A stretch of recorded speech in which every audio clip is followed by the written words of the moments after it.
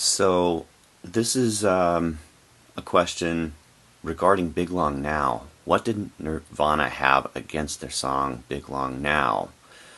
It was the only song that appeared on the studio albums that was never played once ever. The only time we see it is at the band practice footage that came in the box set. I was always pretty fond of it, but supposedly Kurt didn't like Blandest, and they played that one a few times live. I don't get it. So, again, that is a Nirvana myth, because I saw them play Big Long Now twice, for sure. I would mark one show absolutely was a K-Dorm show. And I remember standing next to Trevor Lanigan, who was a guitarist in My Name, and we were both watching Nirvana play, and it wasn't the K-Dorm show on the 30th, it was another K-Dorm show. It would have been, it was snowing actually, so it would have been in the winter months at some point. Anyway, I have a very specific memory because that was like my favorite, besides Paper Cuts, Big Long Now was my favorite Nirvana song at that time. And I remember Kurt talking about specifically something about the drums in that. But there was never really a long conversation about why they wouldn't play it. I just remember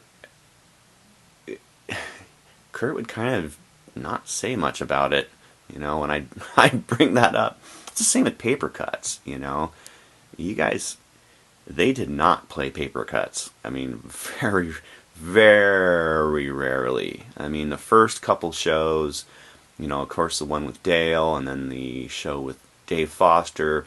Then after that, with Chad, Paper Cuts was very rare. I think there might be a live video where they're playing in some other city where they're playing Paper Cuts, but I requested Paper Cuts over and over and over again. They very rarely played that. They did play Big Long Now twice. That is a myth. That is a myth. I had to correct Nick Soulsby on that because he had written in, I think it's his book Dark Slivers, he had written that, and he was in the process of interviewing me for a book called I Found My Friends, a book related to Nirvana, and he gave me a copy of Dark Slivers, and I'm reading it, and it says something along those lines of, talking about Big Long Now, and I'm like, I called him up the next day. He was in town, doing interviews in Tacoma, Seattle, Olympia areas, and I'm like, they played it for sure. So we had a big conversation about that, and I think that he even posted something. Now he changed it he has a Nirvana Legacy website, I think. Anyway, they did play it. They played it at the K-Dorm show, and I think it was the Coca. That's what comes to mind. The show at the Coca. And of course, there's the time that they played at the party practice. That is on the box set. And that would have been around the same time that they played it live. That's the same room that I saw them practice in.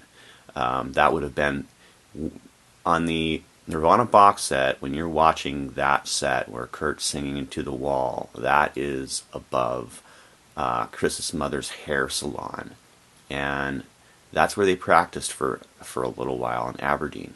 And I did get to go out there and see them practice with a friend Paul in that same room, and that's where we actually all jammed together too, which was interesting.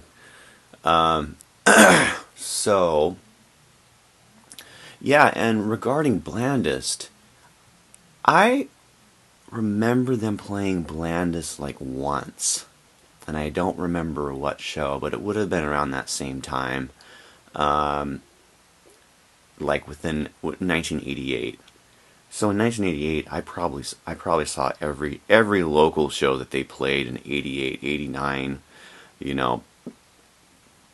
I saw, as long as it was all ages, and they didn't, back then, bands didn't play many bar shows. Like, the Vogue was about the only, I want to say it's about the only place I can think of.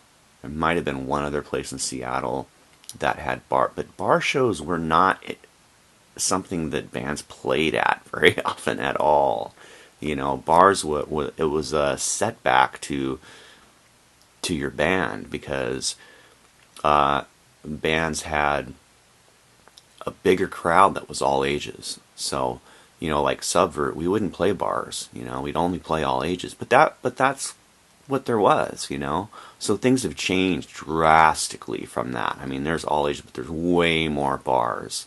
So in a sense, that's something I could talk about at some point. You know, well, I am talking about it. Yeah, the amount of bar shows now, actually, it's going against like the real meaning behind like having a band and sharing it, and you know, anybody being able to come and see your band anytime you play, you know. So like Tacoma, for instance, there's all ages but not much, and then there's mostly just bar shows. So the younger generation can't even go see local music, you know. So you have to put on your own parties or whatever. So that's changed drastically, you know. I mean, back in the 80s,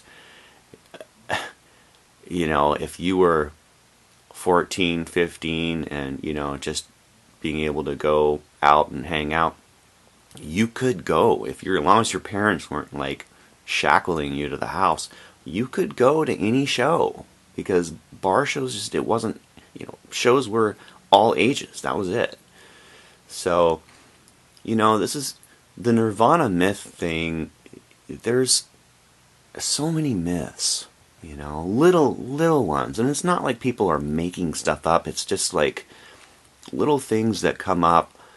I mean, that's why I do what I do, because, you know, being around at that time, I was able to experience and, I mean, personally know those guys and see what the hell was going on. So there's a lot of questions I can answer. It's not speculating.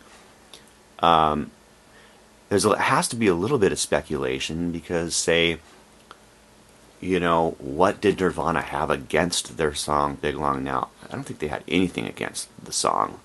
What I remember is there was something having to do with not being able to play it.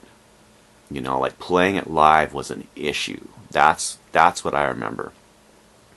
You know, so I would speculate a little bit that Kurt really didn't want to release songs on an album that couldn't be played live. That's what comes to mind there. If I'm going to speculate on that, that seems to be fact. You know, most of the songs they released, they would play, you know, on the albums. So anyway, yeah, thanks much for the question. I'm always open, you know, as time has gone on. If anybody has any good questions, that is a good question. I've answered that before, but you know, I mean, it was quite a while ago. So I mean, there's so many things I could talk about that I talked about a long time ago, and I told these stories really quick, and now I can do it in detail and in depth, and still, like, any speculation is very little, always on my part, you guys. I'm just, you know, if you've listened to me long enough, you know, I just don't do that, you know. It's like, you're misleading people if you're speculating too much, you know, or in a big way, you know. Anyway, alright, thanks.